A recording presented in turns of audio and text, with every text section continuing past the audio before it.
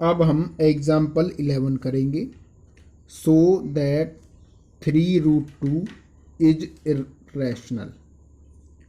तो इसको प्रूफ करने के लिए सबसे पहले हमें लिखना होगा लेट 3√2 इज रैशनल। यानी कि हमें जो 3√2 है उसको सबसे पहले हमें रैशनल नंबर मानना होगा, यहाँ से यहाँ तक इसको लेट करना है हमें। फिर इसके बाद लिखना हमें 3√2 इज की जगह इज इक्वल टू लगाएंगे, रैशनल की जगह हम a अपॉन में b लिखेंगे। फिर पीछे हम यहाँ लिखेंगे where a and b are को-प्राइम्स।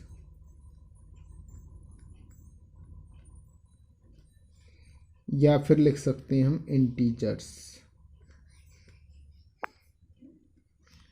और एक और हम लाइन लिख सकते हैं HCF इज इक्वल टू 1।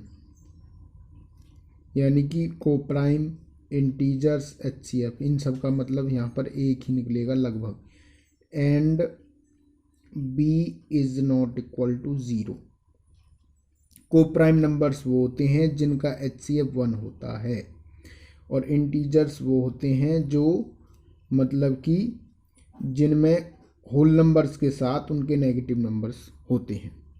इसके बाद यहाँ से हम लिखेंगे, देखिए √3 इज इक्वल टू, यहाँ से हम लिखेंगे a अपॉन में b, और जो ये 3 है वो नीचे आ जाएगा डिवाइड में, यहाँ पर ये 3 इस प्रकार से। अब यहाँ पर देखिए a एंड b आर क्या है, यहाँ लिखेंगे हम since a and b are integers. जब a and b are integers हैं तो a अपॉन b यानी कि p upon q and q is not equal to 0। तो इस प्रकार के नंबर्स होते हैं रैशनल नंबर्स। क्या होते हैं? Rational numbers. ये मतलब कि एक रैशनल नंबर है। क्या है? यानी कि a अपॉन 3b क्या हुआ यहाँ पर? रैशनल नंबर है। यानी कि अब लिखेंगे therefore a upon 3b is rational. अब ध्यान से सुनिए, जब ये रैशनल है तो इसके इज इक्वल टू में ये भी क्या हुई? रैशनल नंबर हुआ। यहाँ लिखेंगे this implies √3 is also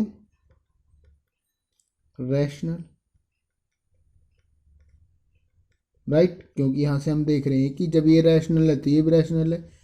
but ये जो लाइन है, ये √3 जो है रैशनल है ही नहीं, क्योंकि हमें पता है √2 क्या होता है? इरेशनल होता है। तो अब यहाँ पे लिखेंगे this contradicts, this contradicts the fact, this contradicts the fact that √2 is irrational। यानी कि ये यहाँ पर कॉन्ट्राडिक्ट कर रहा है कि √2 इज इरेशनल। यानी कि ये लाइन जो है वैसे तो बता रही है कि रैशनल है, लेकिन √2 कभी भी रैशनल नहीं होता, ये होता है इरेशनल। तो इसलिए दिस कॉन्ट्राडिक्ट द फैक्ट, इस फैक्ट का ये विरोधाभास कर रही है लाइन, यानी कि कॉन्ट्राडिक्ट कर रही है। तो जब ये कॉन्ट्राडिक्ट हो रहा है यहाँ पर इस लाइन से, तो therefore our supposition is wrong. जो हमने माना था, इसको रैशनल माना था, वो गलत है।